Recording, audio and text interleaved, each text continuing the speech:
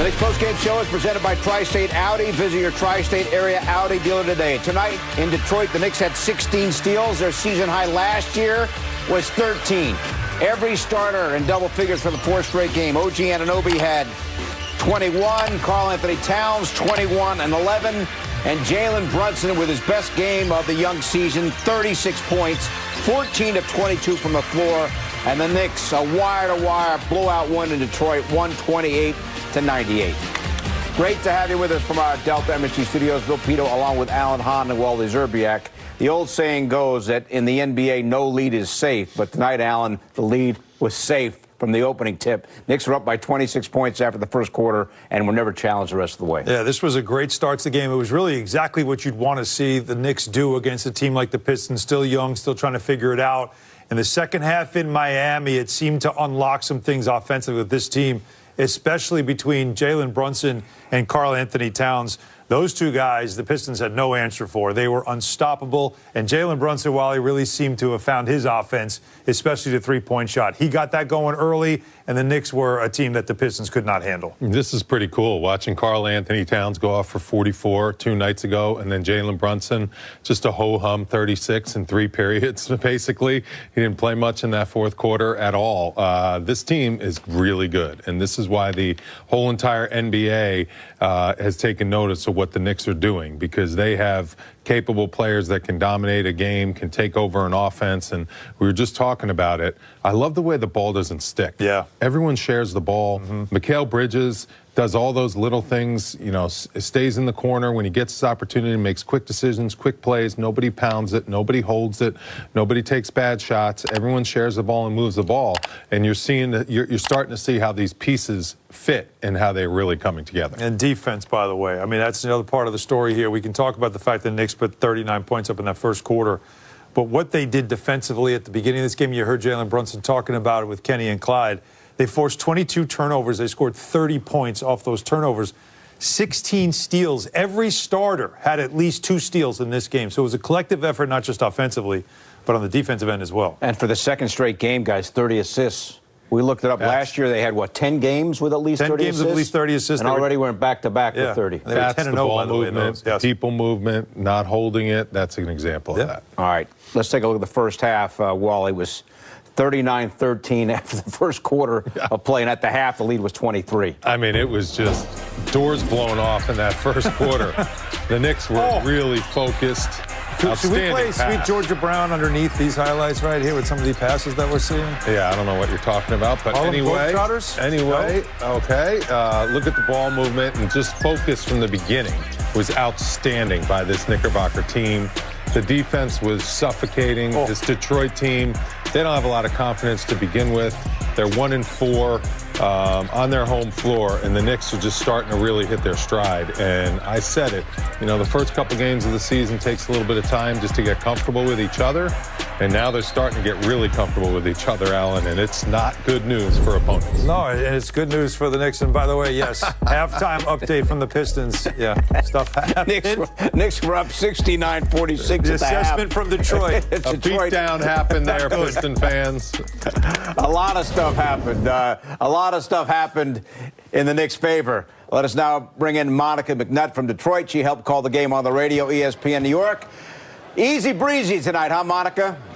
You know, pack them up. Let's keep it moving. Listen, that was a terrific performance by the Knicks. And we talked a lot about the second half defense in Miami traveling. As much as we will marvel at the 36 points by Jaylen Brunson, all 5 starters in double figures, the high shooting percentage from the three-point line. Let me just double check that real quick. 47% from the three-point line.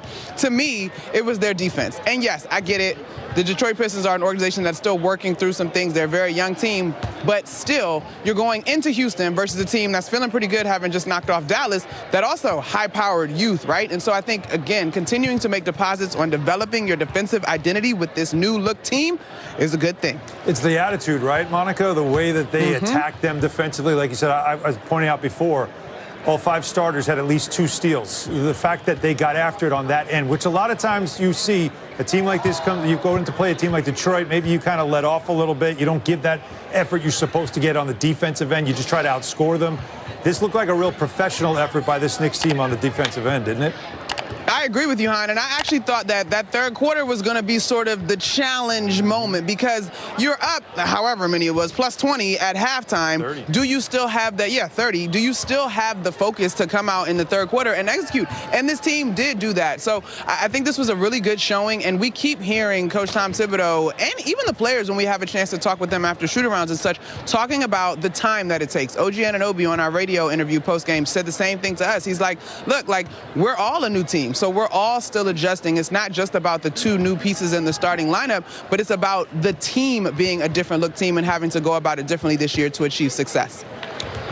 Now, Monica, Jaylen Brunson was absolutely on fire. This is what we expected to see out of him. It's about time. What did you see out of him tonight? So you tell me, Wally.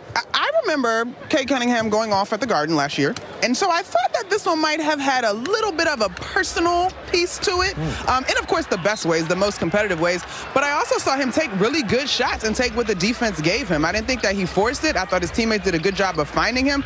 To go along with those 36 points, he still had 5 assists, but I think overall the poise you saw. To me in the first quarter, the thing that jumped out was the cutting and passing within a tight window, usually in the paint. Like we saw Mikal Bridges come down and get a pass in the paint off of a cut. Karl-Anthony Towns, the first 4 baskets by this team in totality were all in the paint, and I think that really set the tone. And so for JB, when you hot, let it fly. Shoot to get hot, and shoot to stay hot, baby.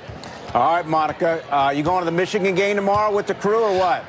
I am going to the Michigan game, bundled up. It's going to be a cute little college football vibe. You know, at Georgetown, we ain't do college football, so I'm going to, be engaged for a little bit, and then, whatever we do next, I'll be on to the next thing.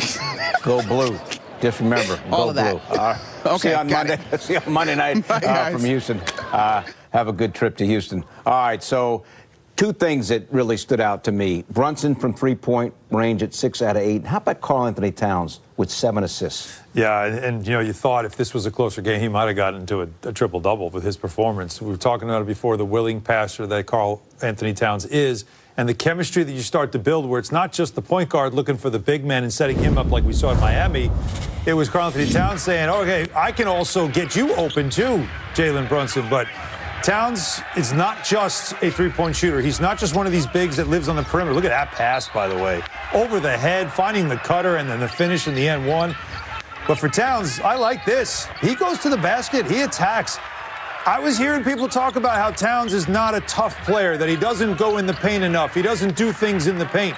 Wally, I don't know about you, but these last couple of games, what I've seen from Karl-Anthony Towns is a guy that's 7 feet and uses all of it and the strength to do what he has to do in the painted area. Yeah, and he's going up against a strong dude there in Isaiah Stewart, but he has the size advantage over him. He's just an overall, no weakness basketball player. He's super skilled. The passing is outstanding, has a great feel for the game, and not a lot of 7-footers do. Obviously, Jokic has an unbelievable feel for the game, but, Towns has that type of feel where he'll do whatever the defense allows him to do. He'll read and react to how his defender's guarding him. He can go to the basket. He can post up. He can knock down the three. He can pass if he needs to pass. He's a really talented overall basketball player, and he's showing it. And he's right in the middle of his prime, too, which is nice to have him on the Knicks roster right in the middle of his prime. He's like a guard in a 7-foot body. Yeah. I mean, he just does everything. All right, when we come back, Knicks now 3-2. We're going to hear the post-game comments from the head coach, Tom Thibodeau. Welcome to HoopZone Sport News, your home for in-depth coverage of the NBA, where we're always keeping a close eye on the New York Knicks.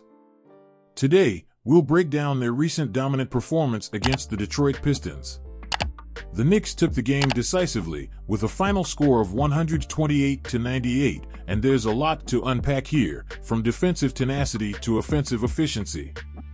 The Knicks started the game with a fire rarely seen so early in the season, jumping to a huge 26-point lead in the first quarter alone. They didn't let off the gas, maintaining control throughout the game. It was clear from the jump that this team was not only prepared, but also fully focused on executing at both ends of the court. This level of intensity isn't something we always see in the regular season, but it's exactly what Knicks fans have been hoping for. 1. Dominant defensive performance. One of the most notable aspects of this game was the Knicks' incredible defense. The Pistons were held to under 100 points, and the Knicks forced 22 turnovers, capitalizing on these opportunities with 30 points off turnovers. Detroit was stifled by the Knicks' relentless defensive pressure. It was as though every passing lane was closed, every shot contested, and every drive deterred. But what was even more impressive was the way every Knicks player contributed to the defensive effort. Each starter managed to get at least 2 steals, which is rare at this level of competition. This collective commitment is a testament to head coach Tom Thibodeau's defensive-minded approach. Thibodeau has emphasized defensive discipline and intensity, and it's clearly resonating with the roster. With a defense like this, the Knicks could very well become a top contender in the Eastern Conference this season. 2. Jaylen Brunson's standout game. If there was any lingering doubt about Jaylen Brunson's fit with this team, he's erased it with performances like this one. Brunson poured in 36 points, shooting an impressive 14 of 22 from the field. He seemed to have found his groove, especially from beyond the arc, hitting his 3-point shots early in the game and setting the tone for the entire offense. Brunson wasn't just scoring, though. He showed excellent decision-making and ball control, picking his moments and taking only high-quality shots. Brunson also managed 5 assists, demonstrating that he can still involve his teammates even when he's putting up big numbers. Knicks fans have a lot to be excited about with Brunson as he continues to emerge as one of the team's most reliable and effective players. 3. Karl-Anthony Towns, the new dynamic duo with Brunson. Another significant storyline is the synergy developing between Karl-Anthony Towns and Brunson.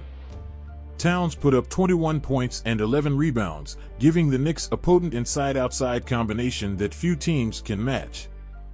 This duo is creating a challenging puzzle for opponents, as they both demand defensive attention, which in turn opens up opportunities for the rest of the team. This partnership, while still in its early stages, shows incredible potential. Towns has already made his mark, and his ability to score, rebound, and stretch the floor with 3-point shooting adds a new dimension to the Knicks' offense. If Towns and Brunson continue to build chemistry, they could form one of the most effective tandems in the league, driving the Knicks to new heights. 4. Ball movement and team cohesion. One of the key highlights of this game, and what many fans have noticed in this early season, is the Knicks' improved ball movement. The team recorded 30 assists, showing that everyone was involved and willing to share the ball. This kind of unselfish playstyle allows players like Mel Bridges and OG Anunoby to make quick, impactful decisions without the ball sticking with any one player for too long. What's more, it's clear that the Knicks are working well as a unit.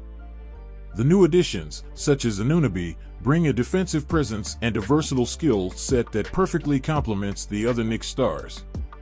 Anunoby's impact on both ends of the court is helping the Knicks become a well-rounded team, one that can score effectively and lock down opponents defensively. 5. Establishing a defensive identity.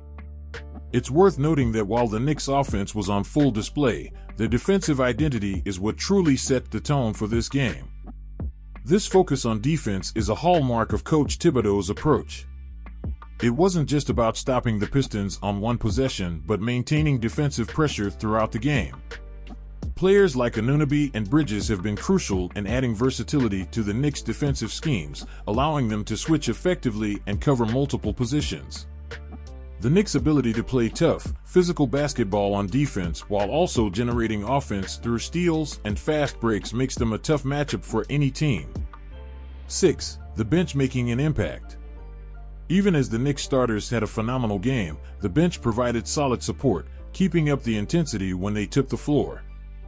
This depth will be crucial as the season progresses. With solid rotation players capable of stepping up when called upon, the Knicks can ensure their key players remain fresh for more challenging matchups later in the season. 7. Looking ahead.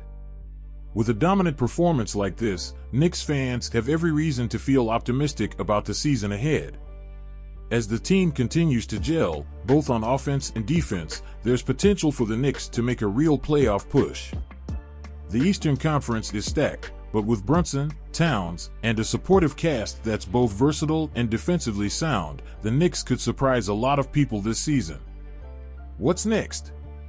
The Knicks will be facing tougher opponents, but they've proven they can take care of business when expected, as they did against Detroit.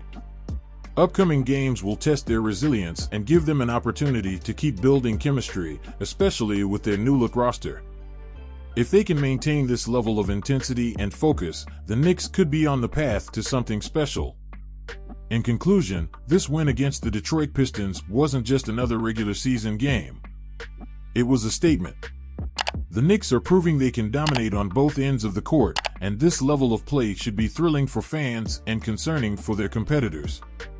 With stars like Jaylen, Brunson, and Karl-Anthony Towns leading the charge, along with a deep bench and a clear commitment to defensive excellence, the Knicks are positioning themselves as a legitimate contender in the Eastern Conference. We'd love to hear what you think. Do you believe the Knicks have what it takes to make a deep playoff run this season? Leave your thoughts in the comments, hit that like button if you enjoyed the video, and don't forget to subscribe to HoopZone Sport News for all the latest Knicks updates and more. Thanks for watching, and we'll see you in the next video.